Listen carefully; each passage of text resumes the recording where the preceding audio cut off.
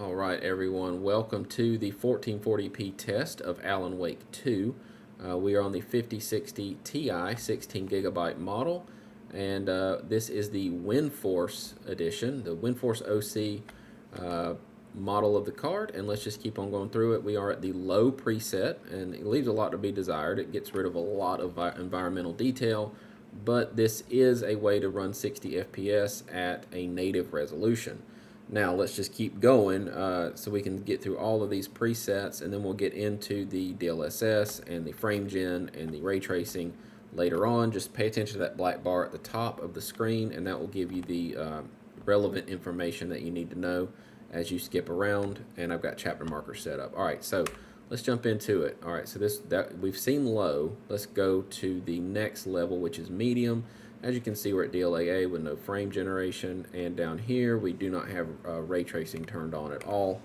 So this would be a medium preset. This is kind of where this card sort of does the best, in my opinion, as far as like the way it looks, as far as like the environmental detail and how well it runs. We are at 50 FPS, but this is, again, not a fast-paced super shooter kind of game. You know, this is a slower pace, more story-driven murder mystery that you happen to play through. So just keep that in mind. As frame generation gets introduced, you're going to be able to see how you can get this game to run very, very well and look really good at a nice, high, smooth frame rate. But, you know, just keep in mind, frame generation is not real frames. It is fake frames. It's just little JPEGs in between the real ones. But for what it's worth, frame generation does have a value in a game like this because it's not as fast paced. So anyway, I digress. We'll get to that later. This is medium. Let's jump up to high and just see what that does for us.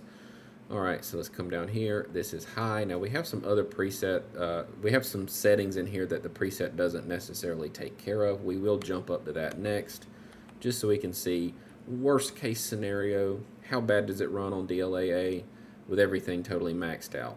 All right, so this is a 44, 45 FPS experience here. I'm not gonna dwell on this too long because you can kind of see that these settings don't really make a huge difference once you go to medium.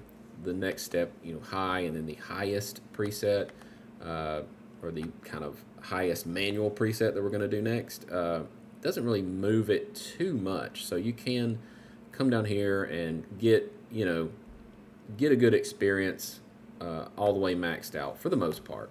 All right, this is that beach that you start off on with the creepy dude.